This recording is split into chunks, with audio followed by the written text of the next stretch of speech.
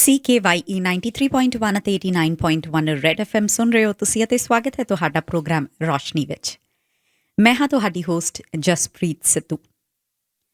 ਦੋਸਤੋ, ਇਹ ਜਿਹੜੀ ਮਹਾਮਾਰੀ ਫੈਲੀ ਹੋਈ ਹੈ, ਇਸ ਨਾਲ ਸਾਡੀ ਆਮ ਜ਼ਿੰਦਗੀ ਤਾਂ ਪ੍ਰਭਾਵਿਤ ਹੋਈ ਹੈ, ਨਾਲ ਹੀ ਸਾਡੀ ਮੈਂਟਲ ਹੈਲਥ, ਦਿਮਾਗੀ ਸਿਹਤ, ਇਸ 'ਤੇ ਵੀ ਇਸ ਦਾ ਬਹੁਤ ਬੁਰਾ ਅਸਰ ਪੈ ਰਿਹਾ। ਇਸ ਟਾਈਮ ਐਨਜ਼ਾਈਟੀ ਹੋਣੀ ਹੈ ਵੀ ਸੁਭਾਵਿਕ, ਪਰ ਇਸ ਐਨਜ਼ਾਈਟੀ ਨਾਲ ਡੀਲ ਕਿਵੇਂ ਕੀਤਾ ਜਾਵੇ? ਇਹ ਐਨਜ਼ਾਈਟੀ ਸਾਡੇ 'ਤੇ ਕੀ ਅਸਰ ਪਾ ਰਹੀ ਹੈ? ਕਿੰਨੇ ਕੁ ਲੌਂਗ ਲਾਸਟਿੰਗ ਨੇ ਇਸ ਦੇ ਅਸਰ? ਇਹਨਾਂ ਬਾਰੇ ਅੱਜ ਗੱਲ ਕਰਾਂਗੇ।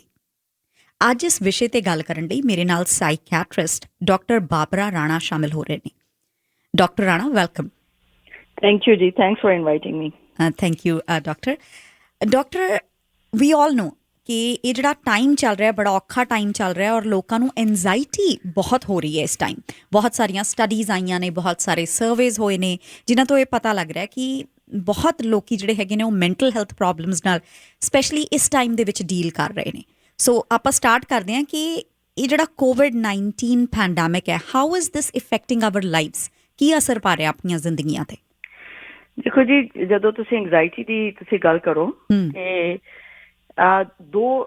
ਸਭ ਤੋਂ ਪਹਿਲੇ ਤੇ ਮੈਂ ਕਹਿਣਾ ਚਾਹਾਂਗੀ ਕਿ ਕੁਝ ਲੋਕ ਤੇ ਇਹੋ ਨੇ ਨਾ ਕਿ ਜਿਨ੍ਹਾਂ ਨੂੰ ਆਲਰੇਡੀ ਐਂਗਜ਼ਾਇਟੀ ਦੇ ਪ੍ਰੋਬਲਮ ਹੈ ਨੇ ਆਲਰੇਡੀ, ਯਾਨੀ ਇਲਨੈਸ ਦੇ ਤੌਰ ਤੇ, ਜਾਂ ਉਹਨਾਂ ਨੂੰ ਡਿਪਰੈਸ਼ਨ ਹੈਗਾ ਵਿਚ ਇਜ਼ ਐਨ ਇਲਨੈਸ, ਰਾਈਟ? ਤੇ ਦੂਸਰੇ ਉਹ ਲੋਕ ਨੇ ਜਿਹੜੇ ਸਾਡੇ ਜਿਹੇ ਲੋਕ ਨੇ ਜਿਨ੍ਹਾਂ ਨੂੰ ਆਮ ਤੌਰ ਤੇ ਅਗਰ ਕੋਈ ਸਟ੍ਰੈਸ ਹੋ ਗਿਆ, ਟੈਨਸ਼ਨ ਹੋ ਗਈ ਜਾਂ ਕੁਝ ਹੋ ਗਈ ਤੇ ਉਹਦੀ ਵਜ੍ਹਾ ਨਾਲ ਥੋੜੀ ਬਹੁਤੀ ਐਂਗਜ਼ਾਇਟੀ ਹੋ ਗਈ, ਵਿਚ ਇਜ਼ ਨਾਰਮਲ। ਇਹ ਨਾਰਮਲ ਹੈਗਾ। ਹੁਣ ਇਹ ਕੋਵਿਡ ਜਿਹੜੀ ਹੈ ਦੋ ਤਰੀਕੇ ਤੋਂ ਇਫੈਕਟ ਕਰ ਰਹੀ ਹੈ। ਇੱਕ ਤੇ ਜਿਹੜੇ ਆਮ ਲੋਕ ਨੇ ਉਹਨਾਂ ਦੇ ਵਿੱਚ ਐਂਗਜ਼ਾਇਟੀ ਦਾ ਪ੍ਰੋਬਲਮ ਜੋ ਹੈ ਉਹ ਜ਼ਿਆਦਾ ਹੋ ਰਿਹਾ ਹੈ, ਕਿਉਂਕਿ ਬੜੀ ਅਨਸਰਟਨਿਟੀ ਹੈ, ਕਿਸੇ ਨੂੰ ਨਹੀਂ ਪਤਾ ਕਿ ਕੀ ਹੋ ਜਾਣਾ ਹੈ। ਲੋਕ ਡਰ ਰਹੇ ਨੇ ਕਿ ਉਹਨਾਂ ਨੂੰ ਕੋਵਿਡ ਜੋ ਹੈ ਲੱਗ ਨਾ ਜਾਏ, ਜਾਂ ਹੋਰ ਬਹੁਤ ਸਾਰੇ ਇਸ਼ੂਜ਼ ਨੇ ਰਿਲੇਟਿਡ ਟੂ ਕੋਵਿਡ, ਜਿਸ ਤਰ੍ਹਾਂ ਕੀ ਕਹਿੰਦੇ ਨੇ ਫਾਈਨੈਂਸ਼ੀਅਲ ਇਸ਼ੂਜ਼ ਨੇ, ਸੋਸ਼ਲ ਆਈਸੋਲੇਸ਼ਨ ਹੈ। ਇਹ ਸਾਰੀ ਚੀਜ਼ਾਂ ਜੋ ਨੇ ਇਹ ਐਂਗਜ਼ਾਇਟੀ ਕ੍ਰੀਏਟ ਕਰ ਰਹੀਆਂ ਨੇ। ਇਸ ਤੋਂ ਇਲਾਵਾ ਜਿਹੜਾ ਪਹਿਲਾ ਗਰੁੱਪ ਜਿਹਦੇ ਬਾਰੇ ਵਿੱਚ ਮੈਂ ਗੱਲ ਕਰ ਰਹੀ ਸੀ, ਜੋ ਕਿ ਮੈਂ ਖੁਦ ਆਪਣੇ ਪਰਸਨਲੀ ਆਪਣੇ ਆਫਿਸ ਵਿੱਚ ਜਾਂ ਮੈਂ ਹਸਪਤਾਲਾਂ ਵਿੱਚ ਅਸੀਂ ਬਹੁਤ ਜ਼ਿਆਦਾ ਦੇਖ ਰਹੇ ਹਾਂ ਕਿ ਉਹ ਲੋਕ ਜਿਨ੍ਹਾਂ ਨੂੰ ਆਲਰੇਡੀ ਪ੍ਰੋਬਲਮਸ ਨੇ, ਸਾਈਕੈਟ੍ਰਿਕ ਪ੍ਰੋਬਲਮਸ ਨੇ, ਉਹਨਾਂ ਦੇ ਪ੍ਰੋਬਲਮਸ ਜੋ ਨੇ ਉਹ ਕੋਵਿਡ ਦੀ ਵਜ੍ਹਾ ਤੋਂ ਬਹੁਤ ਜ਼ਿਆਦਾ ਐਗਰੀਵੇਟ ਹੋ ਗਏ ਨੇ ਤੇ ਵੱਧ ਗਏ ਨੇ। ਅੱਛਾ ਜੀ।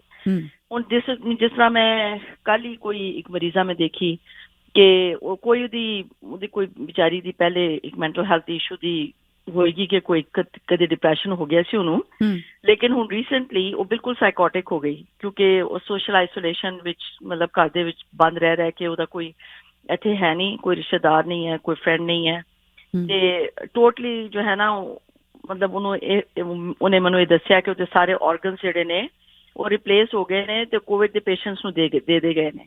ਉਹ ਸਭ ਠੀਕ ਹੋ ਗਏ ਨੇ ਤੇ ਉਹਨੂੰ ਪ੍ਰੋਬਲਮ ਹੋ ਗਿਆ, ਯਾਨੀ it is to that extent. ਉਹਦੇ ਦਿਮਾਗ ਉੱਤੇ ਜੋ ਹੈ ਨਾ ਉਹਦੇ ਇਫੈਕਟ ਹੋ ਗਿਆ। ਤੋ ਦੋ ਤਰੀਕੇ ਨਾਲ, ਜਿਸ ਤਰ੍ਹਾਂ ਮੈਂ ਕਿਹਾ ਹੈ ਕਿ ਇੱਕ ਤੇ ਆਮ ਲੋਕਾਂ ਨੂੰ ਹੁਣ ਇਫੈਕਟ ਹੋ ਰਿਹਾ ਹੈ ਕਿ ਉਹਨਾਂ ਨੂੰ ਐਂਗਜ਼ਾਇਟੀ ਦੇ ਪ੍ਰੋਬਲਮਸ ਹੋ ਰਹੇ ਨੇ, ਦੂਸਰੇ ਉਹ ਜਿਨ੍ਹਾਂ ਲੋਕਾਂ ਨੂੰ ਆਲਰੇਡੀ ਇਲਨੈਸਿਸ ਨੇ ਜਾਂ ਪ੍ਰੋਬਲਮਸ ਨੇ ਉਹਨਾਂ ਦੇ ਬਹੁਤ ਜ਼ਿਆਦਾ ਐਗਰੀਵੇਟ ਹੋ ਰਹੇ ਨੇ। ਅੱਛਾ ਡਾਕਟਰ ਰਾਣਾ, ਜਿਵੇਂ ਤੁਸੀਂ ਪਹਿਲਾਂ ਹੀ ਗੱਲ ਕਰ ਰਹੇ ਹੋ ਕਿ ਕਈ ਲੋਕਾਂ ਦੇ ਵਿੱਚ ਜਿਨ੍ਹਾਂ ਦੇ ਵਿੱਚ ਆਲਰੇਡੀ ਪ੍ਰੋਬਲਮ ਸੀ ਉਹਨਾਂ ਦਾ ਬਹੁਤ ਵੱਧ ਗਿਆ ਹੈ ਸਟ੍ਰੈਸ ਜਿਹੜਾ ਹੈਗਾ। ਸੋ ਇਹਦੇ ਨਾਲ ਡੀਲ ਕਿਵੇਂ ਕੀਤਾ ਜਾਵੇ? ਹੁਣ ਇੱਕ ਤਾਂ ਤੁਸੀਂ ਨਾਰਮਲ ਸਿਚੁਏਸ਼ਨ ਦੇ ਵਿੱਚ ਸਟ੍ਰੈਸ ਨਾਲ ਡੀਲ ਕਰ ਰਹੇ ਹੋ, ਰਾਈਟ? ਤੇ ਇੱਕ ਤੁਸੀਂ ਇਸ ਸਿਚੁਏਸ਼ਨ ਦੇ ਵਿੱਚ ਡੀਲ ਕਰ ਰਹੇ ਹੋ। ਇੱਕ ਤਾਂ ਸਿਚੁਏਸ਼ਨਲ ਪ੍ਰੋਬਲਮ ਹੋ ਗਈ ਹੈ, ਇੱਕ ਉਹਨਾਂ ਦੇ ਨਾਲ ਪਹਿਲਾਂ ਹੀ ਉਹਨਾਂ ਨੂੰ ਕੋਈ ਪ੍ਰੋਬਲਮ ਸੀਗੀ, ਮੈਂਟਲ ਪ੍ਰੋਬਲਮ ਸੀ। ਇਹੋ ਜਿਹੇ ਪੇਸ਼ੈਂਟਸ ਨਾਲ ਕਿਵੇਂ ਡੀਲ ਕੀਤਾ ਜਾਵੇ, like as a family level 'ਤੇ? Like if we talk about a common man, ਅਸੀਂ ਜਿਵੇਂ ਆਮ ਜਨਤਾ, ਤੁਸੀਂ ਤਾਂ ਚਲੋ ਡਾਕਟਰ ਹੋ, ਬਟ ਆਮ ਜਿਵੇਂ ਅਸੀਂ ਫੈਮਿਲੀ ਦੇ ਵਿੱਚ ਕੋਈ ਇਹੋ ਜਿਹੀ ਪ੍ਰੋਬਲਮ ਹੋ ਜਾਵੇ, ਕਿਵੇਂ ਡੀਲ ਕੀਤਾ ਜਾਵੇ ਇਹਨਾਂ ਲੋਕਾਂ ਨਾਲ? ਦੇਖੋ, ਗੱਲ ਇਹ ਹੈ ਕਿ ਜਦੋਂ ਤੁਸੀਂ ਅਗਰ ਦੇਖੋ ਕਿ ਜਿਹੜੀ ਟ੍ਰੀਟਮੈਂਟ ਹੈਗੀ ਹੈ ਮੈਂਟਲ ਹੈਲਥ ਇਸ਼ੂਜ਼ ਦੀ, ਜਾਂ ਅਗਰ ਕਿਸੇ ਨੂੰ ਐਂਗਜ਼ਾਇਟੀ ਪ੍ਰੋਬਲਮ ਹੈ ਜਾਂ ਡਿਪਰੈਸ਼ਨ ਹੈ, ਤੇ ਉਹਦੀ ਟ੍ਰੀਟਮੈਂਟ ਯੂਜੂਅਲੀ ਜੋ ਹੈ ਉਹ ਕੀ ਹੁੰਦੀ ਹੈ ਕਿ ਇੱਕ ਤੇ ਮੈਡੀਕੇਸ਼ਨਸ ਨੇ, ਰਾਈਟ? ਸੈਕਿੰਡ, ਦੂਸਰੇ ਜੋ ਨਾ ਅਸੀਂ ਮਰੀਜ਼ਾਂ ਨੂੰ ਇਹ ਦੱਸਦੇ ਹਾਂ ਕਿ ਵੀ ਆਪਣੀ ਰੂਟੀਨ ਰੱਖੋ, ਡੇ ਵਿੱਚ ਐਕਟਿਵ ਹੋ ਜਾਓ, ਬਾਹਰ ਨਿਕਲੋ, ਲੋਕਾਂ ਨੂੰ ਮਿਲੋ, ਸੋਸ਼ਲ ਐਕਟੀਵਿਟੀਜ਼ ਕਰੋ, ਚੀਜ਼ਾਂ ਦੇ ਵਿੱਚ ਇਨਵੋਲਵ ਹੋ ਜਾਓ, ਰਾਈਟ? ਤੇ ਹੁਣ ਇੱਕ ਕੋਵਿਡ ਦੇ ਨਾਲ ਇਹ ਹੋ ਰਿਹਾ ਹੈ ਕਿ ਉਹ ਤੋਂ ਆਪੋਜ਼ਿਟ ਕਹਿ ਰਹੇ ਹਾਂ ਅਸੀਂ ਮਰੀਜ਼ਾਂ ਨੂੰ, right? Because of the social isolation, ਕਿ ਅਸੀਂ ਉਹਨਾਂ ਨੂੰ ਇਹ ਕਹਿ ਰਹੇ ਹਾਂ ਕਿ ਵੀ ਤੁਸੀਂ ਘਰ ਦੇ ਵਿੱਚ ਰਹੋ, ਬਾਹਰ ਨਹੀਂ ਨਿਕਲਣਾ, ਪ੍ਰੀਕਾਸ਼ਨਸ ਲਓ ਤਾਂ ਕਿ ਤੁਸੀਂ ਬਿਮਾਰ ਨਾ ਹੋ ਜਾਓ, ਲੋਕਾਂ ਦੇ ਨਾਲ ਨਾ ਮਿਲੋ, ਇਹ ਸਾਰੀ ਅਸੀਂ ਗੱਲਾਂ ਕਰ ਰਹੇ ਹਾਂ ਉਹਨਾਂ ਦੇ ਨਾਲ। ਲੇਕਿਨ ਉਹਦਾ ਹੁਣ ਇਹ ਹੈ ਕਿ ਤੁਸੀਂ ਜੋ ਕੁਝ ਪਹਿਲੇ ਕਰ ਰਹੇ ਸੀ ਉਹਨੂੰ ਕਿਸੇ ਤਰ੍ਹਾਂ ਇਸ ਤਰ੍ਹਾਂ ਰਿਪਲੇਸ ਕਰਨਾ ਹੈ ਕਿ ਉਹ ਇਸ ਸਿਚੁਏਸ਼ਨ ਦੇ ਨਾਲ ਕੋਪ ਕਰ ਸਕਣ, ਰਾਈਟ। ਹੁਣ ਜੋ ਲੋਕ ਤੇ ਜਿਹੜੇ ਮਰੀਜ਼ ਤੇ ਰਹਿ ਰਹੇ ਨੇ ਨਾ ਫੈਮਲੀਜ਼ ਦੇ ਨਾਲ, ਉਹਨਾਂ ਨੂੰ ਤੇ ਬਲਕਿ ਇਤਨਾ ਜ਼ਿਆਦਾ ਪ੍ਰੋਬਲਮ ਨਹੀਂ ਹੈ। ਜਿਹੜੇ ਲੋਕ ਇਕੱਲੇ ਰਹਿ ਰਹੇ ਨੇ ਉਹਨਾਂ ਦੇ ਵਾਸਤੇ ਜ਼ਿਆਦਾ ਪ੍ਰੋਬਲਮ ਹੈਗਾ, ਕਿਉਂਕਿ ਬਹੁਤ ਹੀ ਸੋਸ਼ਲੀ ਆਈਸੋਲੇਟ ਹੋ ਗਏ ਨੇ। ਤੁਸੀਂ ਇਹ ਜੋ ਫੈਮਲੀਜ਼ ਦੀ ਗੱਲ ਕਰ ਰਹੇ ਹੋ ਉਹਦੇ ਵਿੱਚ ਤੇ ਇਹੀ ਹੈ ਕਿ ਜਿਹੜਾ ਮਰੀਜ਼ ਹੈ ਉਹਦੀ ਤੁਸੀਂ ਜਿਹੜੀ ਆਮ ਰੂਟੀਨ ਹੈ ਉਹਨੂੰ ਚੇਂਜ ਨਾ ਹੋਣ ਦਿਓ। ਕਿ ਯਾਨੀ ਸੈਲਫ ਕੇਅਰ ਦੇ ਵਿੱਚ ਕੀ ਆਉਂਦਾ ਹੈ ਕਿ ਬਈ ਤੁਸੀਂ ਆਪਣਾ ਜੋ ਹੈ ਕੀ ਕਹਿੰਦੇ ਨੇ ਪ੍ਰੋਪਰ ਟਾਈਮ ਤੇ ਸੋ, ਪ੍ਰੋਪਰ ਟਾਈਮ ਤੇ ਖਾਓ, ਆਪਣੇ ਵਾਸਤੇ ਤੁਹਾਡੇ ਟਾਈਮ ਹੋਣਾ ਚਾਹੀਦਾ ਜਿਹਦੇ ਵਿੱਚ ਤੁਸੀਂ ਰਿਲੈਕਸ ਕਰ ਸਕੋ, ਪੋਜ਼ਿਟਿਵ ਜੋ ਹੈ ਐਕਟੀਵਿਟੀਜ਼ ਕਰੋ। ਇਹ ਸਾਰੀ ਚੀਜ਼ਾਂ ਸੈਲਫ ਕੇਅਰ ਦੇ ਵਿੱਚ ਆਉਂਦੀਆਂ ਨੇ। ਤੇ ਫੈਮਲੀਆਂ ਨੂੰ ਚਾਹੀਦਾ ਹੈ ਕਿ ਉਹ ਪੇਸ਼ੈਂਟਸ ਨੂੰ ਇਨਕਰੇਜ ਕਰਨ ਕਿ ਇੱਕ ਤਾਂ ਆਪਣੀ ਦਵਾਈ ਲੈਣ, ਕਿਉਂਕਿ ਉਹ ਵੀ ਬਹੁਤ ਹੀ ਇੰਪੋਰਟੈਂਟ ਹੈ। ਜਿਨ੍ਹਾਂ ਲੋਕਾਂ ਨੂੰ ਸਾਈਕੈਟ੍ਰਿਕ ਡਿਸਆਰਡਰਸ ਨੇ ਅਗਰ ਉਹ ਦਵਾਈਆਂ ਨਾ ਲੈਣ ਉਹਦੇ ਨਾਲ ਰੀਲੈਪਸ ਹੋ ਜਾਏਗਾ ਔਰ ਇਸ ਸਿਚੁਏਸ਼ਨ ਵਿੱਚ ਹੋਰ ਵੀ ਬੁਰਾ ਹੋਏਗਾ। ਤੇ ਦੂਸਰੇ ਉਹਨਾਂ ਦੀ ਉਹ ਇਹ ਦੇਖਣ ਕਿ ਵੀ ਉਹਨਾਂ ਦੀ ਰੂਟੀਨ ਹੋਏ ਦਿਨ ਵਿੱਚ, ਸਰਟਨ ਟਾਈਮ ਤੇ ਉੱਠਣ, ਸਰਟਨ ਟਾਈਮ ਤੇ ਸੌਣ। ਸਲੀਪ ਜਿਹੜੀ ਹੈ ਨਾ ਬਹੁਤ ਹੀ ਇੰਪੋਰਟੈਂਟ ਹੈ ਐਂਗਜ਼ਾਇਟੀ ਤੇ ਡਿਪਰੈਸ਼ਨ ਦੋਨੋਂ ਵਿੱਚ, ਕਿ ਤੁਸੀਂ ਪ੍ਰੋਪਰ ਆਵਰਸ ਤੇ ਜੋ ਨਾ ਤੁਸੀਂ ਸੋ, ਕਿ ਪ੍ਰੋਪਰ ਖਾਣਾ ਖਾਣ, ਐਕਟੀਵਿਟੀਜ਼ ਹੋਣ। ਹੁਣ ਜਿਸ ਤਰ੍ਹਾਂ ਅਸੀਂ ਮਰੀਜ਼ਾਂ ਨੂੰ ਇਹ ਕਹਿੰਦੇ ਹਾਂ ਕਿ ਵੀ ਐਕਸਰਸਾਈਜ਼ ਕਰੋ ਤੇ ਵਾਕ ਕਰੋ, ਕਿਉਂਕਿ ਐਕਸਰਸਾਈਜ਼ ਜਿਹੜੀ ਹੈ ਉਹ ਟ੍ਰੀਟਮੈਂਟ ਹੈਗੀ ਹੈ ਐਕਚੁਅਲੀ ਡਿਪਰੈਸ਼ਨ ਔਰ ਐਂਗਜ਼ਾਇਟੀ ਦੀ। ਜਿਸ ਤਰ੍ਹਾਂ ਮੈਡੀਕੇਸ਼ਨ ਟ੍ਰੀਟ ਕਰਦੀਆਂ ਨੇ ਉਸੇ ਤਰ੍ਹਾਂ ਐਕਸਰਸਾਈਜ਼ ਟ੍ਰੀਟ ਕਰਦੀ ਹੈ। ਤੇ ਹੁਣ ਅਗਰ ਉਹ ਬਾਹਰ ਨਹੀਂ, ਵੈਸੇ ਜਿਮ ਨਹੀਂ ਜਾ ਸਕਦੇ, ਜਿਮ ਕਲੋਜ਼ ਨੇ ਜਾਂ ਦੂਸਰੀ ਜੋ ਹੈ ਫੈਸਿਲਿਟੀਜ਼ ਵਗੈਰਾ ਕਲੋਜ਼ ਨੇ ਇਹਨਾਂ ਚੀਜ਼ਾਂ ਵਾਸਤੇ, ਲੇਕਿਨ ਵਾਕ ਕਰਨ ਤੇ ਤੁਸੀਂ ਜਾ ਸਕਦੇ ਹੋ ਨਾ। ਸੋ ਮੇਕ ਸ਼ੋਰ ਕਿ ਦਿਨ ਵਿੱਚ ਰੋਜ਼ਾਨਾ 1 ਘੰਟੇ ਵਾਸਤੇ ਕਮ ਸੇ ਕਮ ਜੋ ਹੈ ਨਾ ਤੁਸੀਂ ਵਾਕ ਕਰਨ ਜਾਓ। ਆਪਣਾ ਸੋਸ਼ਲ ਡਿਸਟੈਂਸ ਰੱਖੋ, ਲੋਕਾਂ ਤੋਂ ਦੂਰ ਰਹੋ, ਉਹਨਾਂ ਦੇ ਕਰੀਬ ਨਾ ਜਾਓ ਤੇ ਆਪਣੀ ਵਾਕ ਕਰੋ, ਘਰ ਦੇ ਵਿੱਚ ਐਕਸਰਸਾਈਜ਼ ਕਰੋ। ਤੇ ਸਾਰੀ ਚੀਜ਼ਾਂ ਜਿਹੜੇ ਨਾ ਬੇਸਿਕ ਕਿਸਮ ਦੀ ਚੀਜ਼ਾਂ, ਇਹ ਸਭ ਕੁਝ ਕਰਨੇ ਦੀ ਜ਼ਰੂਰਤ ਹੈ ਤੇ ਫੈਮਿਲੀ ਜੋ ਹੈ ਉਹਨਾਂ ਨੂੰ ਇਸ ਤਰ੍ਹਾਂ ਸਪੋਰਟ ਕਰ ਸਕਦੀ ਹੈ। ਦੂਸਰੀ ਗੱਲ ਇਹ ਹੈ ਕਿ ਅਗਰ ਮਰੀਜ਼ ਨੂੰ ਬਹੁਤ ਜ਼ਿਆਦਾ ਫੀਅਰਸ ਹੋ ਰਹੇ ਨੇ, ਜਦੋਂ ਐਂਗਜ਼ਾਇਟੀ ਹੁੰਦੀ ਹੈ ਤੇ ਐਂਗਜ਼ਾਇਟੀ ਵਿੱਚ ਕੀ ਹੁੰਦਾ ਹੈ ਕਿ ਜਿਨ੍ਹਾਂ ਨੂੰ ਡਿਸਆਰਡਰਸ ਨੇ ਕਿ ਬਹੁਤ ਹੀ ਉਹਨਾਂ ਦੀ ਥਿੰਕਿੰਗ ਜਿਹੜੀ ਹੁੰਦੀ ਹੈ ਉਹ ਕੈਟਾਸਟ੍ਰੋਫਿਕ ਹੁੰਦੀ ਹੈ। ਮਤਲਬ ਇਹ ਹੈ ਕਿ ਜਿਹੜੀ ਚੀਜ਼ ਮੈਨੂੰ ਬਹੁਤ ਹੀ ਛੋਟੀ ਨਜ਼ਰ ਆ ਰਹੀ ਹੈ ਉਹਨਾਂ ਨੂੰ ਉਸ ਤੋਂ 100 ਗੁਣੀ ਵੱਡੀ ਨਜ਼ਰ ਆ ਰਹੀ ਹੁੰਦੀ ਉਹ ਚੀਜ਼, ਰਾਈਟ। ਕਿ ਉਹਨਾਂ ਨੂੰ ਰੀਅਸ਼ੋਰ ਕਰੋ, ਉਹਨਾਂ ਦੀ ਗੱਲ ਸੁਣੋ। ਅਗਰ ਉਹਨਾਂ ਨੂੰ ਫੀਅਰਸ ਹੈ ਨੇ ਤਾਂ ਲਿਸਨ ਟੂ ਦੈਮ ਕਿ ਉਹ ਕੀ ਕਹਿ ਰਹੇ ਨੇ, ਉਹਨਾਂ ਨੂੰ ਰੀਅਸ਼ੋਰ ਕਰਨੇ ਦੀ ਨਾ ਜ਼ਰੂਰਤ ਹੈ।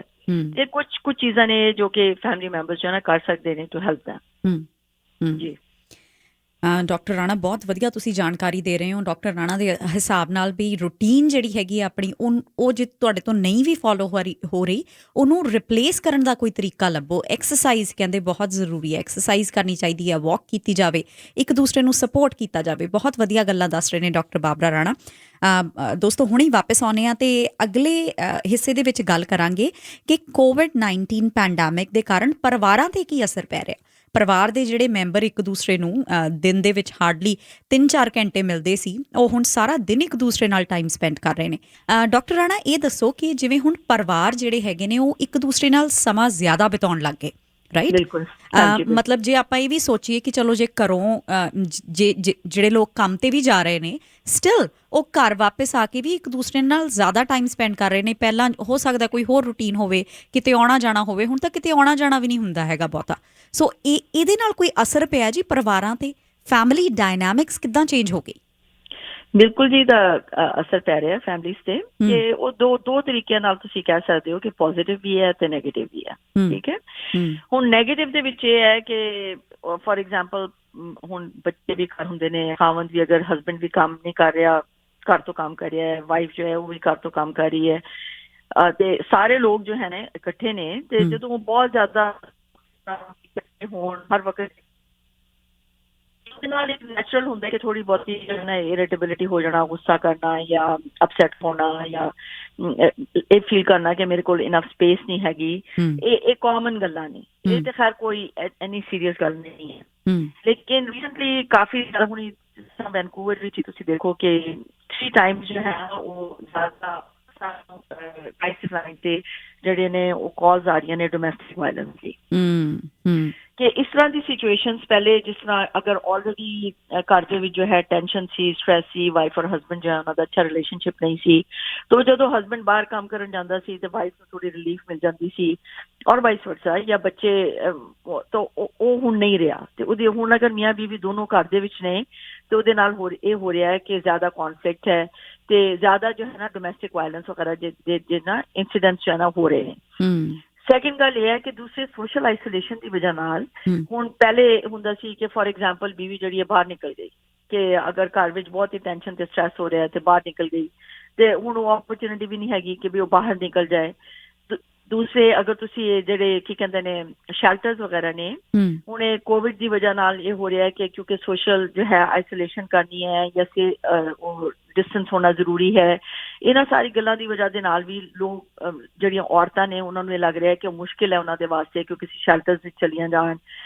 ਤੇ ਅਗਰ ਤੁਸੀਂ ਦੇਖੋ ਤੇ ਸ਼ੈਲਟਰਸ ਦੇ ਵਿੱਚ ਕਾਲਸ ਵਗੈਰਾ ਜੋ ਹੈ ਨਾ ਰਿਡਿਊਸ ਹੋ ਗਈਆਂ ਨੇ ਔਰਤਾਂ ਦੀ, ਤੇ ਈਵਨ ਬੱਚਿਆਂ ਦੀ ਜਿਹੜੇ ਅਬਿਊਜ਼ ਹੁੰਦੇ ਨੇ ਉਹਨਾਂ ਦੀ ਵੀ ਕਾਲ ਜੋ ਹੈ ਉਹ ਰਿਡਿਊਸ ਹੋ ਗਈਆਂ ਨੇ। ਤੇ ਇਹ ਜਿਹੜੀ ਹੈ ਨਾ ਸਿਚੁਏਸ਼ਨ ਇਹ ਬੜੀ ਵੋਲੇਟਾਈਲ ਹੈ। ਲੇਕਿਨ ਬਾਕੀ ਜੋ ਹੈ ਜਿਸ ਤਰ੍ਹਾਂ ਆਮ ਤੌਰ पे अगर बहुत ज्यादा लोग इकट्ठे हो जान ਤੇ आपस ਵਿੱਚ अगर थोड़ा बहुत ही ਉੱਚਾ ਨੀਚਾ ਹੋ ਗਿਆ ਜਾਂ ਗੁੱਸਾ ਕਰਨ ਲੱਗ ਗਏ ਜਾਂ ਜੋ ਕੁਝ ਹੋ ਗਿਆ, ਉਹ ਤੇ ਚਲੋ ਮਾਈਨਰ ਗੱਲਾਂ ਨੇ, ਬੰਦਾ ਉਹਦੇ ਨਾਲ ਜੋ ਹੈ ਨਾ ਡੀਲ ਕਰ ਸਕਦਾ ਹੈ। ਤੇ ਇਹ ਤੇ ਜਿਹੜੇ ਨੇ ਨੈਗੇਟਿਵ ਜਿਹੜਾ ਇੰਪੈਕਟ ਹੈਗਾ ਉਹ ਹੈਗਾ। ਪੋਜ਼ੀਟਿਵ ਜੋ ਹੈ ਉਹਦੇ ਵਿੱਚ ਇਹ ਹੈ ਕਿ ਤੁਸੀਂ ਇਹ ਦੇਖੋ ਕਿ ਮੈਂ ਤੁਹਾਨੂੰ ਆਪਣੀ ਐਗਜ਼ਾਮਪਲ ਹੀ ਦੇ ਸਕਦੀ ਹਾਂ ਕਿ ਮੇਰੀ ਰੂਟੀਨ ਲਾਈਫ ਦੀ ਇਸ ਤਰ੍ਹਾਂ ਦੀ ਸੀ ਕਿ ਮੈਂ ਕੰਮ ਤੋਂ ਆਉਂਦੀ ਸੀ, ਉਹਦੇ ਬਾਅਦ ਮੇਰੀ ਬਹੁਤ ਜ਼ਿਆਦਾ ਸੋਸ਼ਲ ਕਮਿਟਮੈਂਟਸ ਹੁੰਦੀਆਂ ਸੀ ਸ਼ਾਮ ਨੂੰ। Most of the time I was never home. ਹੁਣ ਮੇਰੇ ਕੋਲ ਬੜਾ ਟਾਈਮ ਹੈਗਾ ਸ਼ਾਮ ਨੂੰ ਕਿਉਂਕਿ ਮੈਂ ਕਿਤੇ ਨਹੀਂ ਜਾਂਦੀ, ਤੇ ਇਹ ਮੇਰੇ ਕੋਲ ਟਾਈਮ ਹੈ ਕਿ ਮੈਂ ਆਪਣੀ ਫੈਮਿਲੀ ਦੇ ਨਾਲ ਗੁਜ਼ਾਰਾਂ, ਜਾਂ ਮੇਰੀ ਇੱਕ ਬੇਟੀ ਹੈ ਤੇ ਇੱਕ ਮੇਰੀ ਗ੍ਰੈਂਡ ਡਾਟਰ ਹੈ ਕਿ ਮੈਂ ਉਹਨਾਂ ਦੇ ਨਾਲ ਟਾਈਮ ਗੁਜ਼ਾਰਾਂ। ਤੇ ਇਹ ਸਾਰੇ ਲੋਕਾਂ ਨੂੰ ਇਸਨੂੰ ਇਸੇ ਤਰੀਕੇ ਨਾਲ ਦੇਖਣਾ ਚਾਹੀਦਾ ਹੈ ਕਿ ਇਹ ਤੁਹਾਡੇ ਵਾਸਤੇ ਓਪਰਚੁਨਿਟੀ ਹੈ। ਜਿਹੜੇ ਲੋਕ ਕੰਮ ਨਹੀਂ ਕਰ ਰਹੇ, ਘਰਾਂ ਦੇ ਵਿੱਚ ਬੈਠੇ ਹੋਏ ਨੇ, ਕਿ ਉਹਨਾਂ ਦੇ ਵਾਸਤੇ ਓਪਰਚੁਨਿਟੀ ਹੈ ਕਿ ਉਹ ਆਪਣੀ ਫੈਮਿਲੀ ਜੋ ਹੈ ਉਹਨਾਂ ਦੇ ਨਾਲ ਕੁਆਲਿਟੀ ਟਾਈਮ ਗੁਜ਼ਾਰਨ। ਜਸਟ ਟਾਈਮ ਗੁਜ਼ਾਰਨਾ ਨਹੀਂ ਹੁੰਦਾ, ਯਾਨੀ ਅਗਰ ਤੁਸੀਂ ਬੈਠੇ ਹੋ ਕੋਈ ਅਟੈਂਸ਼ਨ ਤੁਹਾਡੀ ਕਿਸੇ ਹੋਰ ਤਰਫ ਹੈ, ਟੈਲੀਫੋਨ ਤੇ ਜੋ ਹੈ ਜਿਹੜੇ ਅੱਜ ਕੱਲ੍ਹ ਸੈੱਲਫੋਨ ਹੈ ਸਭ ਤੋਂ ਵੱਡੀ ਦੁਨੀਆ ਵਿੱਚ ਬਿਮਾਰੀ ਹੈ ਐਕਚੁਅਲੀ ਇਹ, ਕਿ ਅਗਰ ਤੁਸੀਂ ਸੈੱਲਫੋਨ ਤੇ ਬੈਠੇ ਹੋ ਔਰ ਫੈਮਿਲੀ ਮੈਂਬਰ ਤੁਹਾਡਾ ਨਾਲ ਬੈਠਿਆ ਜਾਂ ਬੱਚੇ ਤੁਹਾਡੇ ਨਾਲ ਬੈਠੇ ਨੇ ਔਰ ਤੁਸੀਂ ਉਹਨਾਂ ਨੂੰ ਅਟੈਂਸ਼ਨ ਨਹੀਂ ਦੇ ਰਹੇ ਬਲਕਿ ਸੈੱਲਫੋਨ ਤੇ ਲੱਗੇ ਹੋਏ ਹੋ, ਤੇ ਉਹਦੇ ਕੁਆਲਿਟੀ ਟਾਈਮ ਨਹੀਂ ਹੈ, ਉਹਦਾ ਕੋਈ ਫਾਇਦਾ ਨਹੀਂ ਹੈ। ਰਾਈਟ, ਕੁਆਲਿਟੀ ਟਾਈਮ ਇਹ ਹੈ ਕਿ ਵੀ ਤੁਸੀਂ ਆਪਣੇ ਬੱਚਿਆਂ ਦੇ ਨਾਲ ਤੇ ਆਪਣੀ ਫੈਮਿਲੀ ਦੇ ਨਾਲ ਬੈਠੋ, ਉਹਨਾਂ ਦੇ ਨਾਲ ਐਕਟੀਵਿਟੀਜ਼ ਕਰੋ। ਫੋਰ ਐਗਜ਼ਾਮਪਲ ਬੋਰਡ ਗੇਮਸ ਖੇਡ ਸਕਦੇ ਹੋ, ਉਹਨਾਂ ਦੇ ਨਾਲ ਮੂਵੀਜ਼ ਬੈਠ ਕੇ ਦੇਖ ਸਕਦੇ ਹੋ, ਤੇ ਹੋਰ ਐਕਟੀਵਿਟੀਜ਼ ਕਰ ਸਕਦੇ ਹੋ which are positive and try to spend time with them। ਇਹ ਬਹੁਤ ਹੀ ਅੱਛੀ ਓਪਰਚੁਨਿਟੀ ਹੈ ਫੈਮਿਲੀਜ਼ ਦੇ ਵਾਸਤੇ ਕਨੈਕਟ ਹੋਣ ਵਾਸਤੇ, ਕਲੋਜ਼ਰ ਆਉਣ ਨਾਲ। ਰਾਈਟ, ਇਸੇ ਤਰ੍ਹਾਂ ਕੀ ਕਹਿੰਦੇ ਨੇ ਅਗਰ ਤੁਸੀਂ ਦੇਖੋ ਕਿ ਜਦ ਪੋਜ਼ਿਟਿਵ ਗੱਲ ਜੋ ਹੈ ਉਹਦੀ ਗੱਲ ਕਰ ਰਹੇ ਨੇ ਕਿ ਪੁਰਾਣੇ ਵੇਲੇ ਨਹੀਂ, ਸਾਡੀ ਸਭ ਲੋਕਾਂ ਦੀ ਜ਼ਿੰਦਗੀਆਂ ਨਾਰਥ ਅਮਰੀਕਾ ਵਿੱਚ ਆ ਕੇ ਇਤਨੀ ਬਿਜ਼ੀ ਹੋ ਗਈਆਂ ਨੇ ਕਿ ਸਾਡੇ ਕੋਲ ਟਾਈਮ ਹੀ ਨਹੀਂ ਹੈਗਾ ਕਿ ਆਪਣੇ ਰਿਸ਼ਤੇਦਾਰਾਂ ਨਾਲ ਕਨੈਕਟ ਕਰੀਏ। ਰਾਈਟ, ਮੈਂ ਅਗੇਨ ਆਪਣੀ ਗੱਲ ਕਰਾਂਗੀ ਕਿ ਮੇਰੀ ਦੋ ਸਿਸਟਰਸ ਜਿਹੜੇ ਨੇ ਉਹ ਪਾਕਿਸਤਾਨ ਰਹਿੰਦੀਆਂ ਨੇ, ਇੱਕ ਇੱਥੇ ਅਮਰੀਕਾ ਵਿੱਚ ਰਹਿੰਦੀ ਹੈ, ਤੇ ਮੈਂ ਉਹਨਾਂ ਨਾਲ ਖੈਰ ਗੱਲ ਤੇ ਮੈਂ ਉਹਨਾਂ ਨਾਲ ਕਰਦੀ ਸੀ ਪਰ ਇਤਨੀ ਫ੍ਰੀਕੁਐਂਟਲੀ ਨਹੀਂ। ਤੇ ਹੁਣ ਮੇਰੇ ਕੋਲ ਟਾਈਮ ਹੈ ਕਿ ਮੈਂ ਫ੍ਰੀਕੁਐਂਟਲੀ ਜੋ ਹੈ ਉਹਨਾਂ ਨੂੰ ਫੋਨ ਕਰਾਂ, ਉਹਨਾਂ ਦੇ ਨਾਲ ਫੇਸ ਟਾਈਮ ਕਰਾਂ, ਤੇ ਤਾਂ ਕਿ and you feel closer to your own family members.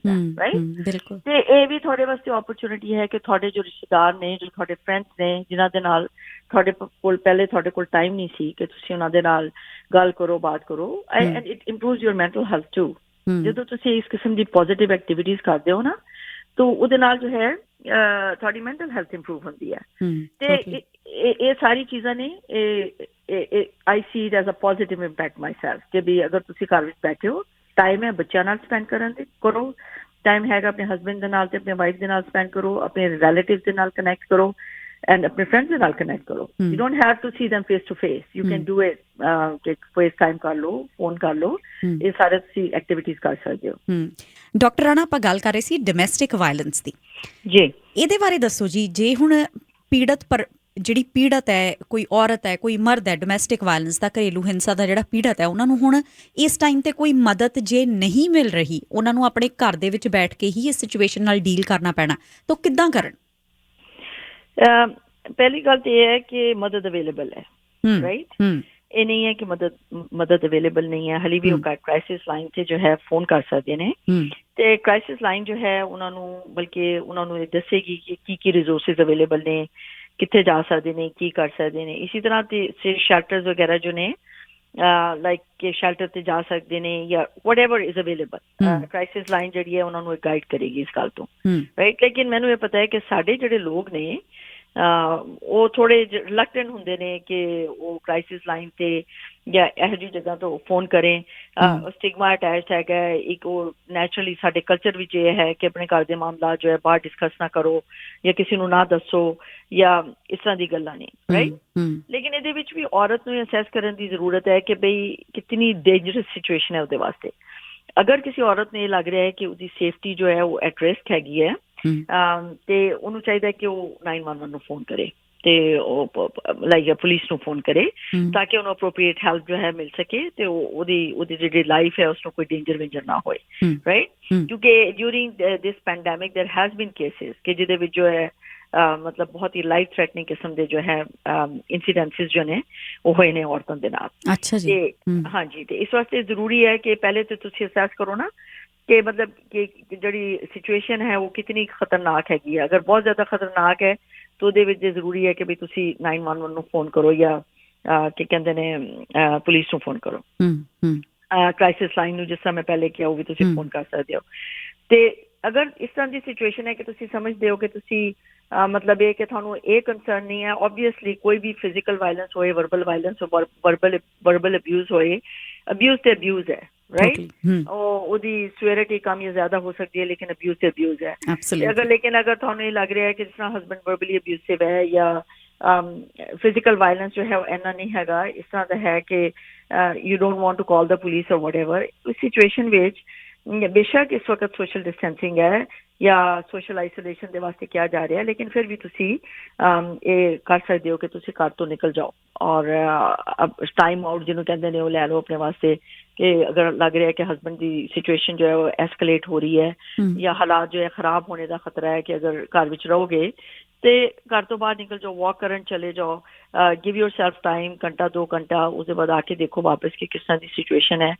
लेकिन अल्टीमेटली जो है अगर सिचुएशन बेहतर नहीं हो रही और थानू ये लग रहा है कि सिचुएशन जो है एस्केलेट हो सकती है तो ऑब्वियसली फिर तो थानू हेल्प जो है वो लेनी पड़ेगी किसी न किसी तो, राइट। टोटली हाँ, जो भी सर्विसेज अवेलेबल ने तो बहुत सारी सर्विसेज अवेलेबल ने।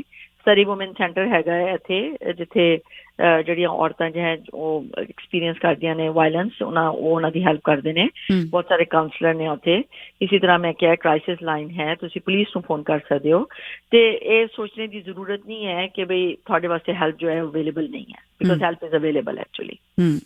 ਅੱਛਾ, ਬੱਚਿਆਂ ਦੀ ਹੁਣ ਆਪਾਂ ਗੱਲ ਕਰਦੇ ਹਾਂ ਡਾਕਟਰ ਰਾਣਾ ਜੀ। ਬੱਚਿਆਂ ਨੂੰ ਤਾਂ ਏਦਾਂ ਹੀ ਫੀਲ ਹੋ ਰਿਹਾ ਵੀ ਸਾਡੀ ਸਪਰਿੰਗ ਵੇਕੇਸ਼ਨ ਜਿਹੜੀ ਹੈਗੀ ਉਹ ਚੱਲ ਰਹੀ ਹੈ, ਰਾਈਟ ਜੀ। ਉਹਨਾਂ ਨੂੰ ਹੁਣ ਟਰੈਕ ਤੇ ਲਿਆਉਣਾ ਥੋੜਾ ਜਿਹਾ ਪੇਰੈਂਟਸ ਵਾਸਤੇ ਚੈਲੰਜਿੰਗ ਹੋ ਰਿਹਾ ਹੈ ਔਰ ਸਪੈਸ਼ਲੀ ਜਿਹੜੀ ਹੋਮ ਸਕੂਲਿੰਗ ਹੈ ਉਹਦੇ ਵਿੱਚ ਪੇਰੈਂਟਸ ਬਹੁਤ ਸਾਰੇ ਚੈਲੰਜਸ ਫੇਸ ਕਰ ਰਹੇ ਨੇ।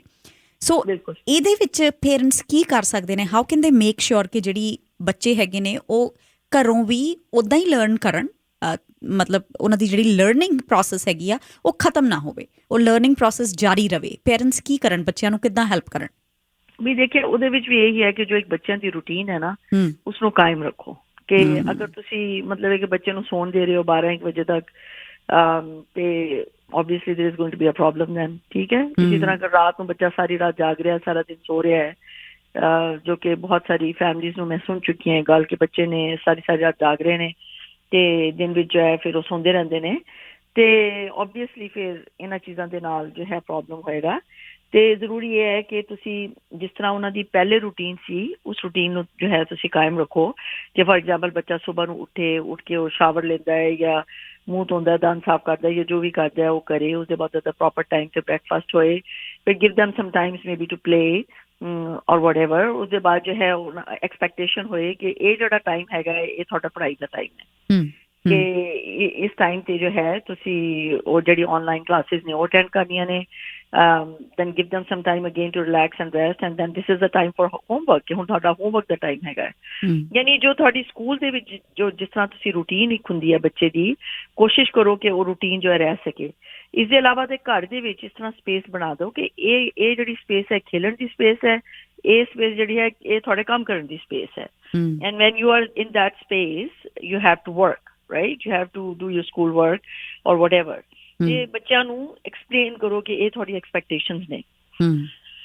ਅੱਛਾ, ਐਕਸਕਿਊਜ਼ ਮੀ। ਹਾਂਜੀ ਡਾਕਟਰ ਰਾਣਾ, ਬੱਚਿਆਂ ਨਾ ਕੁਝ ਬੱਚੇ ਜਿਹੜੇ ਹੈਗੇ ਨੇ, ਮਤਲਬ ਮੈਂ ਛੋਟੇ ਟੋਟਲੀ ਛੋਟੇ ਬੱਚਿਆਂ ਦੀ ਤਾਂ ਨਹੀਂ ਗੱਲ ਕਰ ਰਹੀ, ਬਟ ਥੋੜੇ ਜਿਹੇ ਗਰੋਨ ਅਪ ਬੱਚੇ ਜਿਨ੍ਹਾਂ ਨੂੰ ਸਮਝ ਹੈ ਕਿ ਹੋ ਕੀ ਰਿਹਾ ਦੁਨੀਆ ਦੇ ਵਿੱਚ ਰਾਈਟ ਨਾਓ, ਹੈ ਨਾ।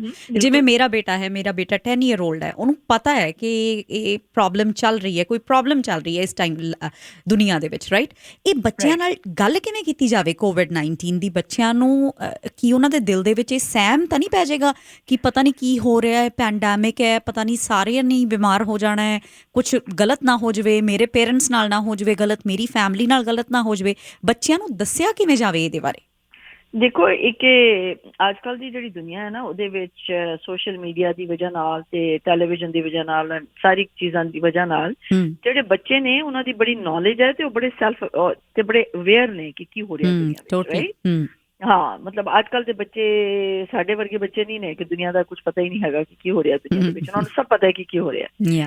ਔਰ ਇੱਕ ਜਦੋਂ ਇਸ ਤਰ੍ਹਾਂ ਦੀ ਸਿਚੁਏਸ਼ਨ ਹੋਏ ਤੇ ਉਹਦੇ ਵਿੱਚ ਇੱਕ ਬੱਚੇ ਦੇ ਦਿਲ ਵਿੱਚ ਫੀਅਰ ਆਉਣਾ ਜਾਂ ਡਰ ਆਉਣਾ, ਇਹ ਇੱਕ ਨੈਚੁਰਲ ਗੱਲ ਹੈਗੀ ਹੈ ਕਿ ਓਬਵੀਅਸਲੀ ਉਹਦੇ ਦਿਲ ਵਿੱਚ ਫੀਅਰ ਜਾਂ ਨੈਚੁਰਲ ਮਤਲਬ ਉਹ ਹੋਏਗਾ ਕਿ ਉਹਨੂੰ ਡਰ ਹੋਏਗਾ ਕਿ ਮੈਨੂੰ ਖੁਦ ਬਿਮਾਰ ਨਾ ਹੋ ਜਾਵਾਂ। ਉਹਨੂੰ ਇਹ ਵੀ ਡਰ ਹੋ ਸਕਦਾ ਹੈ ਕਿ ਮੇਰੇ ਮਾਂ ਬਾਪ ਨੂੰ ਕੁਛ ਨਾ ਹੋ ਜਾਏ ਜਾਂ ਮੇਰੇ ਫੈਮਿਲੀ ਮੈਂਬਰਸ ਨੂੰ ਕੁਛ ਨਾ ਹੋ ਜਾਏ। ਇਹ ਇੱਕ ਨੈਚੁਰਲ ਫੀਅਰ ਹੈ। ਤੇ ਬੈਸਟ ਤਰੀਕਾ ਇਹਦਾ ਇਹ ਹੈ ਕਿ be honest with your child. ਆਪਣੇ ਬੱਚਿਆਂ ਦੇ ਨਾਲ ਕਦੀ ਵੀ ਕਿਸੇ ਵੀ ਗੱਲ ਤੇ ਝੂਠ ਨਹੀਂ ਬੋਲਣਾ ਚਾਹੀਦਾ, ਕਿਉਂਕਿ ਅਗਰ ਤੁਸੀਂ ਆਪਣੇ ਬੱਚਿਆਂ ਨਾਲ ਝੂਠ ਬੋਲੋ ਜਾਂ ਤੁਸੀਂ ਉਹਨਾਂ ਨੂੰ ਕੋਈ ਗਲਤ ਇਨਫੋਰਮੇਸ਼ਨ ਦਿਓ ਤੇ ਬਾਅਦ ਵਿੱਚ ਤੁਹਾਡੇ ਬੱਚੇ ਨੂੰ ਮੁਸ਼ਕਿਲ ਹੋਏਗੀ ਤੁਹਾਨੂੰ ਟਰਸਟ ਕਰਨ ਤੋਂ, ਕਿ ਪਤਾ ਨਹੀਂ ਮੇਰੇ ਮਾਂ ਬਾਪ ਜਿਹੜੇ ਨੇ ਮੇਰੇ ਨਾਲ ਝੂਠ ਬੋਲ ਰਹੇ ਨੇ ਕਿ ਸੱਚ ਹੈ ਕਿ ਕੀ ਹੈ। ਤੇ ਬਿਹਤਰ ਤਰੀਕਾ ਹਮੇਸ਼ਾ ਇਹ ਹੁੰਦਾ ਹੈ ਕਿ ਆਪਣੇ ਬੱਚੇ ਦੇ ਨਾਲ ਹਮੇਸ਼ਾ ਸੱਚ ਬੋਲੋ, ਸਿੰਪਲ ਟਰਮਸ ਵਿੱਚ ਉਹਨੂੰ ਦੱਸੋ ਕਿ ਵੀ ਹਾਂ ਇਸ ਤਰ੍ਹਾਂ ਪੈਂਡੈਮਿਕ ਹੈਗੀ ਹੈ, ਕਰੋਨਾ ਵਾਇਰਸ ਹੈ, ਲੇਕਿਨ ਉਹਦੇ ਨਾਲ ਉਹਨਾਂ ਨੂੰ ਅਗਰ ਉਹਨੂੰ ਡਰ ਹੈ, ਫੀਅਰ ਹੈ, ਤੇ ਉਹਨਾਂ ਨੂੰ ਰੀਅਸ਼ੋਰ ਕਰੋ ਕਿ ਵੀ ਅਗਰ ਅਸੀਂ ਸੇਫਟੀ ਜਿਹੜੇ ਮੈਜਰਸ ਨੇ ਉਹ ਲੈਣ ਤੇ ਐਵਰੀਥਿੰਗ ਸ਼ੁੱਡ ਬੀ ਓਕੇ।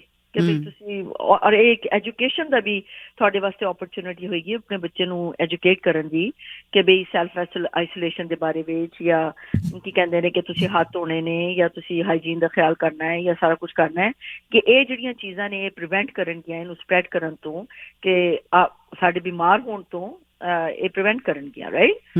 ਤੇ ਸਿੰਪਲ ਟਰਮਸ ਵਿੱਚ ਬੱਚਿਆਂ ਨੂੰ ਦੱਸੋ। ਔਰ ਅਗਰ ਉਹਨਾਂ ਨੂੰ ਫੀਅਰ ਹੈ ਜਾਂ ਕੁਛ ਹੈ ਤੇ ਉਹਨਾਂ ਨੂੰ ਇਹ ਨਾ ਕਹੋ ਕਿ ਜੀ ਤੂੰ ਕਿਉਂ ਡਰ ਰਿਹਾ, ਬਈ ਇਹਦੇ ਵਿੱਚ ਡਰਨੇ ਦੀ ਕੀ ਗੱਲ ਹੈ, ਰਾਈਟ।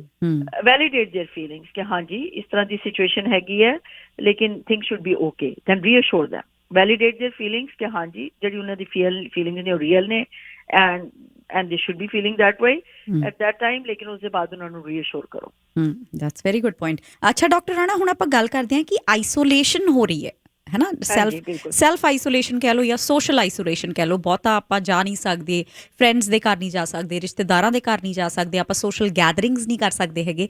ਸੋ ਇਸ ਸਿਚੁਏਸ਼ਨ ਨਾਲ ਕਿੱਦਾਂ ਡੀਲ ਕੀਤਾ ਜਾਵੇ? ਦੇਖੋ, man is a social animal, ਆਪਾਂ ਸਟਾਰਟਿੰਗ ਤੋਂ ਹੀ ਬਚਪਨ ਤੋਂ ਇਹ ਗੱਲ ਪੜ੍ਹਦੇ ਆ ਰਹੇ ਹਾਂ, ਹੈ ਨਾ। ਤੇ ਹੁਣ ਆਪਾਂ ਨੂੰ ਸੋਸ਼ਲਾਈਜ਼ ਕਰਨ ਤੋਂ ਮਨਾ ਕੀਤਾ ਜਾ ਰਿਹਾ ਹੈ। ਇਸ ਸਿਚੁਏਸ਼ਨ ਨਾਲ ਕਿੱਦਾਂ ਡੀਲ ਕੀਤਾ ਜਾਵੇ? ਦੇਖੋ, ਉਹਦੇ ਵਿੱਚ ਵੀ ਜਿਸ ਤਰ੍ਹਾਂ ਪਹਿਲੇ ਵੀ ਤੁਹਾਨੂੰ ਕਿਹਾ ਸੀ ਕਿ ਤੁਹਾਨੂੰ ਖੁਦ ਇਸ ਤਰ੍ਹਾਂ ਦੀ ਐਕਟੀਵਿਟੀਜ਼ ਢੂੰਢਣ ਦੀ ਜ਼ਰੂਰਤ ਹੈ ਕਿ ਜੋ ਕਿ ਤੁਸੀਂ ਖੁਦ ਤੋਂ ਕਰ ਸਕੋ। Let's go back. ਮੈਂ ਸਭ ਤੋਂ ਪਹਿਲੇ ਤਾਂ ਇਹ ਕਹਿਣਾ ਚਾਹੁੰਦੀ ਹਾਂ ਕਿ ਸਾਨੂੰ ਸਭ ਨੂੰ ਇਸ ਗੱਲ ਨੂੰ ਰੀਅਲਾਈਜ਼ ਕਰਨੇ ਦੀ ਜ਼ਰੂਰਤ ਹੈ ਕਿ ਇਹ ਜਿਹੜਾ ਕੋਵਿਡ ਹੈ ਨਾ, ਇਹਨੇ 1 ਸਾਲ ਤੇ ਨਹੀਂ ਜਾਣਾ, ਰਾਈਟ। ਜਦੋਂ ਤੱਕ ਇਹਦੀ ਵੈਕਸੀਨ ਨਹੀਂ ਮਿਲਦੀ, ਜਦੋਂ ਤੱਕ ਇਹਦੀ ਟ੍ਰੀਟਮੈਂਟ ਨਹੀਂ ਹੁੰਦੀ, ਇਹਨਾਂ ਨੂੰ ਪਤਾ ਨਹੀਂ ਚੱਲਦਾ ਕਿ ਇਹਦੀ ਟ੍ਰੀਟਮੈਂਟ ਕੀ ਕਰਨੀ ਹੈ, ਜਦੋਂ ਤੱਕ ਸਾਨੂੰ ਸੈਲਫ ਆਈਸੋਲੇਸ਼ਨ ਤੇ ਸੋਸ਼ਲ ਡਿਸਟੈਂਸਿੰਗ ਦੀ ਸਾਨੂੰ ਜ਼ਰੂਰਤ ਹੈਗੀ ਹੈ। ਇਹ ਕੰਪਲੀਟਲੀ ਜੋ ਹੈ ਖਤਮ ਨਹੀਂ ਹੋਏਗੀ, ਰਾਈਟ। ਤੇ ਇਸ ਤਰ੍ਹਾਂ ਦੀ situation, so first thing is accepting it ਕਿ ਹਾਂ ਬਈ ਸਾਲ, 1.5 ਸਾਲ, 2 ਸਾਲ, ਵਟਐਵਰ ਟਾਈਮ ਇਟ ਟੇਕਸ, ਕਿ ਸਾਨੂੰ ਜੋ ਹੈ ਇਹਨੂੰ ਐਕਸੈਪਟ ਕਰਨਾ ਪਏਗਾ। ਤੇ ਉਸ ਐਕਸੈਪਟੈਂਸ ਦੇ ਸਾਥ ਸਾਨੂੰ ਆਪਣੀ ਲਾਈਫ ਦੇ ਵਿੱਚ ਇਹੋ ਜਿਹੀ ਚੇਂਜਿਸ ਲਿਆਉਣੀਆਂ ਪੈਣਗੀਆਂ ਜਾਂ ਆਪਣੇ ਲਾਈਫ ਸਟਾਈਲ ਦੇ ਵਿੱਚ ਇਹੋ ਜਿਹੀ ਚੇਂਜਿਸ ਲਿਆਉਣੀਆਂ ਪੈਣਗੀਆਂ ਕਿ ਜਿਹਦੇ ਨਾਲ ਅਸੀਂ ਖੁਸ਼ ਵੀ ਰਹਿ ਸਕੀਏ, ਕੋਪ ਵੀ ਕਰ ਸਕੀਏ, ਤੇ ਸਾਨੂੰ ਡਿਪਰੈਸ਼ਨ ਨਾ ਹੋਏ, ਐਂਗਜ਼ਾਇਟੀ ਨਾ ਹੋਏ, ਜਾਂ ਅਸੀਂ ਬਹੁਤ ਜ਼ਿਆਦਾ ਸਟ੍ਰੈਸਫੁਲ ਜੋ ਹੈ ਨਾ ਫੀਲ ਨਾ ਕਰੀਏ, ਰਾਈਟ। ਅੱਛਾ, ਹੁਣ ਮੈਂ ਇਹ ਜਦੋਂ ਮੈਂ ਜਿਸ ਤਰ੍ਹਾਂ ਤੁਹਾਨੂੰ ਪਹਿਲੇ ਦੱਸ ਰਹੀ ਸੀ ਕਿ ਮੈਂ ਬਹੁਤ ਹੀ ਜ਼ਿਆਦਾ ਜੋ ਹੈ ਨਾ ਮੈਂ ਸੋਸ਼ਲਾਈਜ਼ ਕਰਦੀ ਹਾਂ ਤੇ ਸ਼ਾਮ ਨੂੰ ਮੇਰੀ ਆਪਣੀ ਇੱਕ ਆਰਗੇਨਾਈਜੇਸ਼ਨ ਹੈ, ਮੈਂ ਬਹੁਤ ਜ਼ਿਆਦਾ ਐਕਟੀਵਿਟੀਜ਼ ਵਗੈਰਾ ਦੇ ਵਿੱਚ ਇਨਵੋਲਵਡ ਹਾਂ। ਤੇ ਪਹਿਲਾ ਹਫਤਾ ਜਿਹੜਾ ਸੀ ਉਹ ਮੇਰੇ ਵਾਸਤੇ ਬੜਾ ਮੁਸ਼ਕਿਲ ਸੀ। ਮੈਂ ਸੋਚ ਰਹੀ ਸੀ ਇਹ ਕੀ ਹੋ ਰਿਹਾ ਵੀ ਕਿ ਮੈਂ ਬਾਹਰ ਹੀ ਨਹੀਂ ਨਿਕਲ ਸਕਦੀ, ਮੈਂ ਕੁਝ ਕਰ ਹੀ ਨਹੀਂ ਸਕਦੀ। ਲੇਕਿਨ ਹੁਣ ਮੈਨੂੰ ਫੀਲ ਹੋ ਰਿਹਾ ਹੈ ਕਿ ਮੈਨੂੰ ਬੜੀ ਅੱਛੀ ਫੀਲਿੰਗ ਹੋ ਰਹੀ ਹੈ। ਮੈਂ ਤੁਹਾਨੂੰ ਦੱਸਾਂ, I am not saying everybody is going to feel that way, ਕਿਉਂਕਿ ਹਰ ਇਨਸਾਨ ਦਾ ਆਪਣਾ ਡਿਫਰੈਂਟ ਹੈ। ਮੈਨੂੰ ਇਹ ਲੱਗ ਰਿਹਾ ਹੈ ਕਿ ਮੇਰੇ ਪਾਸ ਹੁਣ ਟਾਈਮ ਹੈਗਾ ਹੈ ਕਿ ਮੈਂ ਸੈਲਫ ਰਿਫਲੈਕਟ ਕਰ ਸਕਾਂ ਖੁਦ ਤੋਂ, ਕਿ ਸਭ ਤੋਂ ਪਹਿਲੇ ਤੇ ਐਜ਼ ਅ ਇਨਸਾਨ ਕਿ ਮੈਂ ਸੋਚਾਂ ਕਿ ਵੀ ਇਹ ਸਾਰਾ ਕੁਝ ਸਾਡੇ ਨਾਲ ਕਿਉਂ ਹੋ ਰਿਹਾ, ਰਾਈਟ? ਤੇ ਮੈਨੂੰ ਤੇ ਇਹ ਲੱਗਦਾ ਹੈ ਕਿ ਇਨਸਾਨ ਜਿਹੜੇ ਸੀ ਉਹ ਬੜੇ, ਇਹ ਮੈਂ ਜ਼ਰਾ ਫਿਲਾਸੋਫੀਕਲ ਵਾਲੀ ਗੱਲ ਕਰਨ ਲੱਗੀ ਹਾਂ ਕਿ ਅਸੀਂ ਬਿਲਕੁਲ ਆਊਟ ਆਫ ਕੰਟਰੋਲ ਹੋ ਗਏ ਸੀ, ਰਾਈਟ? ਔਰਤਾਂ ਜਿਹੜੀਆਂ ਨੇ ਉਹ ਪਰਸ ਤੇ ਜੁੱਤੇ ਤੇ ਕੱਪੜੇ ਤੇ ਪਤਾ ਨਹੀਂ ਕੀ ਤੇ ਇਸੇ ਤਰ੍ਹਾਂ ਆਦਮੀਆਂ ਦੀ ਆਪਣੀ ਐਕਟੀਵਿਟੀ ਸੀ। ਸਾਡਾ ਸਾਰਾ ਫੋਕਸ ਜੋ ਹੈ ਉਹ ਬਹੁਤ ਹੀ ਜ਼ਿਆਦਾ ਜੋ ਹੈ ਨਾ ਸੁਪਰਫਿਸ਼ੀਅਲ ਚੀਜ਼ਾਂ ਤੇ ਹੋ ਗਿਆ ਸੀ, ਐਂਡ ਵੀ ਵਰ ਡਿਸਟਰੋਇੰਗ ਦ ਵਰਲਡ। ਆਪਣੀ ਜਿਹੜੇ এনवायरमेंट ਦੇ ਵਿੱਚ ਪੋਲੂਸ਼ਨ ਤੇ ਸਾਰਾ ਕੁਝ, ਤੇ ਇਹ ਇੱਕ ਤਰ੍ਹਾਂ ਤੋਂ ਨੇਚਰ ਹੈਜ਼ ਟੇਕਨ ਓਵਰ। ਤੇ ਸਾਨੂੰ ਸਾਡੇ ਘਰਾਂ ਵਿੱਚ ਬਿਠਾ ਦਿਆ ਕਿ ਅਸੀਂ ਸੋਚੀਏ ਕਿ ਐਜ਼ ਅ ਹਿਊਮਨ ਬੀਇੰਗ ਸਾਡਾ ਕੀ ਰੋਲ ਹੋਣਾ ਚਾਹੀਦਾ ਇਸ ਦੁਨੀਆ ਦੇ ਵਿੱਚ, ਤੇ ਸਾਨੂੰ ਕੀ ਕਰਨਾ ਚਾਹੀਦਾ ਇਸ ਦੁਨੀਆ ਨੂੰ ਬਿਹਤਰ ਜਗ੍ਹਾ ਬਣਾਉਣ ਵਾਸਤੇ, ਰਾਈਟ? ਹਾਂ, ਇੱਕ ਤੇ ਇਹ ਗੱਲ ਹੈ। ਲੇਕਿਨ ਇਸ ਦੇ ਇਲਾਵਾ ਜੋ ਹੈ, ਅਗਰ ਤੁਸੀਂ ਨਹੀਂ ਵੀ ਲੋਕਾਂ ਨੂੰ ਮਿਲ ਸਕਦੇ, ਫਿਰ ਵੀ there are lots of ways that you can entertain yourself and ਤੇ ਤੁਸੀਂ ਆਪਣੇ ਆਪ ਨੂੰ ਬਿਜ਼ੀ ਕਰ ਸਕਦੇ ਹੋ। ਪਹਿਲੇ ਜੋ ਹੈ, ਹੁਣ ਅੱਜ ਕੱਲ੍ਹ ਤੇ ਤੁਹਾਨੂੰ ਪਤਾ ਹੈ ਕਿ ਟੈਕਨੋਲੋਜੀ ਜੋ ਹੈ ਉਹ ਇਤਨੀ ਜ਼ਿਆਦਾ ਐਡਵਾਂਸ ਹੋ ਗਈ ਹੈ। ਹੁਣ ਜਿਸ ਤਰ੍ਹਾਂ ਮੈਂ ਜਿਹੜੇ ਮਰੀਜ਼ ਦੇਖ ਰਹੀ ਹਾਂ, ਮੈਂ ਤੇ ਮਰੀਜ਼ ਹੁਣ ਮਤਲਬ ਮੈਂ I go to hospital in the morning, Burnaby ਹਸਪਤਾਲ, ਉੱਥੇ ਮੈਨੂੰ ਮਰੀਜ਼ ਦੇਖਣੇ ਪੈਂਦੇ ਨੇ। ਲੇਕਿਨ ਅਦਰਵਾਈਜ਼ ਸਾਰੇ ਡਾਕਟਰਸ ਜਿਹੜੇ ਨੇ ਹੁਣ ਆਪਣੇ ਘਰਾਂ ਤੋਂ ਮਰੀਜ਼ ਦੇਖ ਰਹੇ ਨੇ ਟੈਲੀਫੋਨ ਤੇ, ਜਾਂ ਫਿਰ ਅਸੀਂ ਕੀ ਕਹਿੰਦੇ ਨੇ ਯੂਜ਼ ਕਰ ਰਹੇ ਹਾਂ, ਕੀ ਕਹਿੰਦੇ ਜ਼ੂਮ, ਰਾਈਟ? ਤੇ ਇਸੇ ਤਰ੍ਹਾਂ ਇੱਕ ਜਿਹੜੀ ਫੈਮਲੀਜ਼ ਨੇ, ਜਾਂ same can be done with your friends. ਜੇ ਤੁਸੀਂ ਆਪਣੇ ਦੋਸਤਾਂ ਦੇ ਨਾਲ ਤੁਸੀਂ 1-to-1 ਜੋ ਹੈ ਤੁਸੀਂ ਮੁਲਾਕਾਤ ਨਹੀਂ ਕਰ ਸਕਦੇ, ਲੇਕਿਨ ਤੁਸੀਂ ਉਹਨਾਂ ਨੂੰ ਫੋਨ ਕਰ ਸਕਦੇ ਹੋ, ਤੁਸੀਂ ਫੇਸ ਟਾਈਮ ਕਰ ਸਕਦੇ ਹੋ। ਲੋਕਾਂ ਨੇ ਐਕਚੁਅਲੀ ਫੇਸ ਟਾਈਮ ਤੇ ਗਰੁੱਪਸ ਬਣਾ ਲਏ ਨੇ ਵੇਅਰ ਦੇ get together on the Facebook, ਤੇ ਉਹ ਜਿਹੜੇ ਨੇ ਆਪਸ ਵਿੱਚ ਜੋ ਹੈ ਨਾ ਗੱਲਬਾਤ ਜੋ ਹੈ ਉਹ ਕਰ ਸਕਦੇ ਨੇ। So that's one way to connect with each other, right? ਦਿਨ ਦੇ ਵਿੱਚ ਆਪਣੇ ਵਾਸਤੇ ਐਜੀ ਐਕਟੀਵਿਟੀਜ਼ ਫਾਈਂਡ ਕਰੋ ਜੋ ਕਿ ਵਿਚ ਮੇਕਸ ਯੂ ਹੈਪੀ। ਜਿਸ ਤਰ੍ਹਾਂ ਤੁਸੀਂ ਕਿਤਾਬਾਂ ਪੜ੍ਹ ਸਕਦੇ ਹੋ, ਤੁਸੀਂ ਕੀ ਕਹਿੰਦੇ ਨੇ ਟੈਲੀਵਿਜ਼ਨ ਦੇ ਜਿਹੜੇ ਨੇ ਸ਼ੋਜ਼ ਦੇਖ ਸਕਦੇ ਹੋ, ਤੁਸੀਂ ਫਿਲਮਾਂ ਦੇਖ ਸਕਦੇ ਹੋ। ਬੜੇ ਅੱਛੇ ਡਰਾਮੇ ਨੇ ਜਿਹੜੇ ਕੀ ਕਹਿੰਦੇ ਨੇ ਤੁਸੀਂ ਦੇਖ ਸਕਦੇ ਹੋ, ਤੇ ਤੁਹਾਡੇ ਕੋਲ ਟਾਈਮ ਹੈਗਾ ਕਿ ਇਸ ਤਰ੍ਹਾਂ ਦੇ ਤੁਸੀਂ ਕੰਮ ਕਰ ਸਕਦੇ ਹੋ। ਵਾਕ ਕਰਨ ਤੁਸੀਂ ਜਾ ਸਕਦੇ ਹੋ, ਜਿਸ ਤਰ੍ਹਾਂ ਪਹਿਲੇ ਕਿਹਾ ਤੁਹਾਨੂੰ ਕਿ in spite of having a social distance you can still go for walks. ਔਰ ਜਿੱਥੇ ਤੱਕ ਫਰੈਂਡਸ ਵਗੈਰਾ ਦੇ ਨਾਲ ਵੀ ਇਕੱਠੇ ਹੋਣੇ ਦਾ ਹੈ, ਜਿਸ ਤਰ੍ਹਾਂ ਇਸ ਤਰ੍ਹਾਂ ਥੋੜਾ ਰਿਲੈਕਸ ਕਰਨੀ ਹੁਣ ਤੇ ਮੇਰਾ ਖਿਆਲ ਹੈ ਕਿ ਦੋਸਤ ਦੇ ਵਿੱਚ ਉਹਨਾਂ ਨੇ ਵੈਸੇ ਹੀ ਕਿਹਾ ਕਿ 4-5 ਲੋਕ ਜੋ ਨੇ ਉਹ ਇਕੱਠੇ ਹੋ ਸਕਦੇ ਨੇ, ਕਿ ਬੜੀ ਗੈਦਰਿੰਗਸ ਜੋ ਹੈ ਉਹਦੇ ਵਿੱਚ ਨਾ ਇਕੱਠੇ ਹੋ। ਤੇ ਮੇਰੀ ਸੁਜੈਸ਼ਨ ਇਹ ਹੋਏਗੀ ਕਿ ਤੁਸੀਂ ਅਗਰ 2-3 ਫਰੈਂਡਸ ਇਕੱਠੇ ਹੋਣਾ ਚਾਹਦੇ ਹੋ, ਇਕੱਠੇ ਹੋ ਜਾਓ, ਲੇਕਿਨ ਡਿਸਟੈਂਸ ਰੱਖੋ, ਰਾਈਟ? ਹੁਣ ਮੈਂ ਲਾਸਟ ਵੀਕ ਜੋ ਹੈ ਆਪਣੀ ਇੱਕ ਫਰੈਂਡ ਨੂੰ ਖਾਣੇ ਤੇ ਕਿਹਾ ਕਿ ਆ ਜਾ, ਅਸੀਂ ਇਕੱਠੇ ਵਾਕ ਵੀ ਕਰਦੇ ਹਾਂ। ਤੇ ਮੈਂ ਉਹਨੂੰ ਇਹ ਕਿਹਾ ਕਿ ਬਈ ਅਸੀਂ ਹੁਣ ਡਾਈਨਿੰਗ ਟੇਬਲ ਦੇ ਇੱਕ ਕਾਰਨਰ ਤੇ ਮੈਂ ਬੈਠੀ ਸੀ, ਦੂਸਰੇ ਕਾਰਨਰ ਤੇ ਉਹ ਬੈਠੀ ਸੀ। ਮੋਰ ਦੈਨ ਜੋ ਹੈ ਉਹ 2 ਆਰਮਸ ਲੈਂਥ ਜੋ ਹੈ ਉਹਦਾ ਫਾਸਲਾ ਸੀ। ਅਗਰ ਤੁਸੀਂ ਮਾਸਕ ਪਹਿਨਿਆ ਹੋਇਆ ਹੈ, ਅਗਰ ਤੁਸੀਂ ਆਪਣੇ ਹੱਥ ਜੋ ਹੈ ਫ੍ਰੀਕੁਐਂਟਲੀ ਧੋ ਰਹੇ ਹੋ, ਤੋ I don't think there is any concern then, right? Purpose ਤੇ ਇਹ ਹੈ ਨਾ ਕਿ ਤੁਸੀਂ ਇੱਕ ਦੂਸਰੇ ਨੂੰ ਇਨਫੈਕਟ ਨਾ ਕਰੋ। Yeah, that's true. ਆਪਸ ਵਿੱਚ ਇਤਨਾ ਡਿਸਟੈਂਸ ਰੱਖੋ ਕਿ ਤੁਹਾਡੀ ਵਜ੍ਹਾ ਨਾਲ ਦੂਸਰੇ ਬੰਦੇ ਨੂੰ ਬਿਮਾਰੀ ਨਾ ਲੱਗੇ ਜਾਂ ਉਹਦੀ ਬਿਮਾਰੀ ਤੁਹਾਨੂੰ ਨਾ ਲੱਗੇ, ਰਾਈਟ? ਤੇ ਅਗਰ ਦੂਰ ਬੈਠ ਕੇ ਤੁਸੀਂ ਇੱਕ ਦੂਸਰੇ ਨਾਲ ਗੱਲ ਕਰ ਰਹੇ ਹੋ ਜਿੱਥੇ ਕੋਈ ਚਾਂਸ ਨਹੀਂ ਉਸ ਗੱਲ ਦਾ, ਤੇ ਦੈਟਸ ਫਾਈਨ, ਤੁਸੀਂ ਕਰ ਸਕਦੇ ਹੋ। ਹੁਣ ਜਿਹੜੇ ਬਹੁਤ ਸਾਰੇ ਲੋਕ ਜਿਹੜੇ ਨੇ ਮੇਰੇ ਮਰੀਜ਼ ਨੇ ਮੈਨੂੰ ਦੱਸਦੇ ਨੇ ਕਿ ਉਹ ਡੌਗ ਨੂੰ ਵਾਕ ਕਰਾਉਣ ਗਏ ਸੀ, ਤੇ ਜਿੰਨੇ ਵੀ ਇਹ ਡੌਗ ਨੂੰ ਵਾਕ ਕਰਾਣੇ ਵਾਲੇ ਲੋਕ ਨੇ, ਇਹ ਉੱਥੇ ਪਾਰਕਸ ਵਗੈਰਾ ਵਿੱਚ ਜਾਂਦੇ ਨੇ, ਦੂਰ ਖੜੇ ਹੋ ਜਾਂਦੇ ਨੇ ਤੇ ਇੱਕ ਦੂਸਰੇ ਦੇ ਨਾਲ ਗੱਲਾਂ ਕਰਦੇ ਨੇ। So that's a way to socialize, right? So find activities for yourself ਕਿ ਤੁਹਾਨੂੰ ਇੰਟਰਸਟ ਕਰਦੀਆਂ ਹੋਣ, ਜਿਹਦੇ ਨਾਲ ਤੁਹਾਨੂੰ ਦਿਲਚਸਪੀ ਹੋਏ, ਤੇ ਉਹ ਐਕਟੀਵਿਟੀਜ਼ ਕਰੋ ਤਾਂ ਕਿ ਤੁਸੀਂ ਬਿਜ਼ੀ ਰਹੋ। ਤੇ ਆਪਣੀ ਸੈਲਫ ਕੇਅਰ ਕਰਨਾ ਬਹੁਤ ਜ਼ਿਆਦਾ ਇੰਪੋਰਟੈਂਟ ਹੈ ਕਿ ਅੱਛੇ ਵਕਤ ਸੋ, ਕੀ ਕਹਿੰਦੇ ਨੇ 8 ਘੰਟੇ ਜ਼ਰੂਰ ਸੋ ਰਾਤ ਨੂੰ, eating properly, exercising regularly, right? Finding time ਕਿ ਜਿਹਦੇ ਵਿੱਚ ਤੁਸੀਂ ਰਿਲੈਕਸ ਕਰ ਸਕੋ, ਆਪਣਾ ਸਟ੍ਰੈਸ ਲੈਵਲ ਜੋ ਹੈ ਰਿਡਿਊਸ ਕਰ ਸਕੋ। ਇਹ ਸਾਰੀ ਚੀਜ਼ਾਂ ਨੇ ਜੋ ਕਿ ਤੁਹਾਨੂੰ ਹੈਲਥੀ ਰੱਖਣਗੀਆਂ ਇਸ ਸਿਚੁਏਸ਼ਨ ਵਿੱਚ। ਅੱਛਾ ਡਾਕਟਰ ਰਾਣਾ, ਲੋਕੀ ਇਮੋਸ਼ਨਲ ਈਟਿੰਗ ਕਰ ਰਹੇ ਨੇ, ਇਹਦੇ ਬਾਰੇ ਕੁਝ ਦੱਸੋ। ਪਹਿਲਾਂ ਤਾਂ ਕੀ ਇਹ ਮੈਂਟਲ ਹੈਲਥ ਪ੍ਰੋਬਲਮ ਹੈ, ਔਰ ਇਹਨੂੰ ਕਿੱਦਾਂ ਰੈਕਗਨਾਈਜ਼ ਕਿੱਦਾਂ ਕੀਤਾ ਜਾਵੇ? ਤੁਹਾਨੂੰ ਮੇਬੀ ਰਿਅਲਾਈਜ਼ ਹੀ ਨਹੀਂ ਹੁੰਦਾ ਕਿ ਤੁਸੀਂ ਇਮੋਸ਼ਨਲ ਈਟਿੰਗ ਕਰ ਰਹੇ ਹੋ, ਇਹਨੂੰ ਰਿਅਲਾਈਜ਼ ਕਿੱਦਾਂ ਕੀਤਾ ਜਾਵੇ? ਇਸ ਤੋਂ ਪਹਿਲੇ ਕਿ ਅਸੀਂ ਇਮੋਸ਼ਨਲ ਈਟਿੰਗ ਦੇ ਬਾਰੇ ਵਿੱਚ ਗੱਲ ਕਰੀਏ, ਮੈਂ ਕਹਿਣਾ ਚਾਹ ਰਹੀ ਸੀ ਕਿ ਅਗਰ ਕੋਈ ਲੋਕ ਨੇ ਜੋ ਕਿ ਕੁਐਸਚਨਸ ਵਗੈਰਾ ਪੁੱਛਣਾ ਚਾਹੁੰਦੇ ਨੇ, ਤਾਂ I am open to the calls. ਠੀਕ ਹੈ ਜੀ। ਹਾਂਜੀ, ਅੱਛਾ, ਹੁਣ ਇਹ ਇਮੋਸ਼ਨਲ ਈਟਿੰਗ ਜੋ ਹੈ ਆਮ ਤੌਰ 'ਤੇ ਯੂਜਲੀ ਇਹ ਹੁੰਦਾ ਹੈ ਕਿ ਅਗਰ ਲੋਕ ਜੋ ਨੇ ਉਹ ਮਤਲਬ ਅੰਡਰ ਸਟ੍ਰੈਸ ਨੇ, ਜਾਂ ਬੋਰਡਮ ਹੈਗੀ ਹੈ, ਜਾਂ ਆਪਣੇ ਇਮੋਸ਼ਨਸ ਨੂੰ ਜੋ ਹੈ ਐਕਸਪ੍ਰੈਸ ਨਹੀਂ ਕਰ ਸਕਦੇ, ਤੇ ਉਹਦੀ ਵਜ੍ਹਾ ਨਾਲ, ਜਾਂ ਬਾਅਦ ਔਕਾਤ ਚਾਈਲਡਹੁੱਡ ਹੈਬਿਟਸ ਵੀ ਹੁੰਦੀਆਂ ਨੇ, ਤੇ ਉਹਦੀ ਵਜ੍ਹਾ ਨਾਲ ਜੋ ਹੈ ਨਾ ਉਹ ਖਾਂਦੇ ਨੇ। ਇਹ ਨਹੀਂ ਕਿ ਉਹਨਾਂ ਨੂੰ ਕੋਈ ਭੁੱਖ ਲੱਗ ਰਹੀ ਹੈ ਜਾਂ ਫਿਜ਼ੀਕਲੀ ਉਹਨਾਂ ਨੂੰ ਨੀਡ ਫੀਲ ਹੋ ਰਹੀ ਹੈ ਕਿ ਉਹਨਾਂ ਨੂੰ ਭੁੱਖ ਲੱਗ ਰਹੀ ਹੈ, right? they just eat to feel better, right?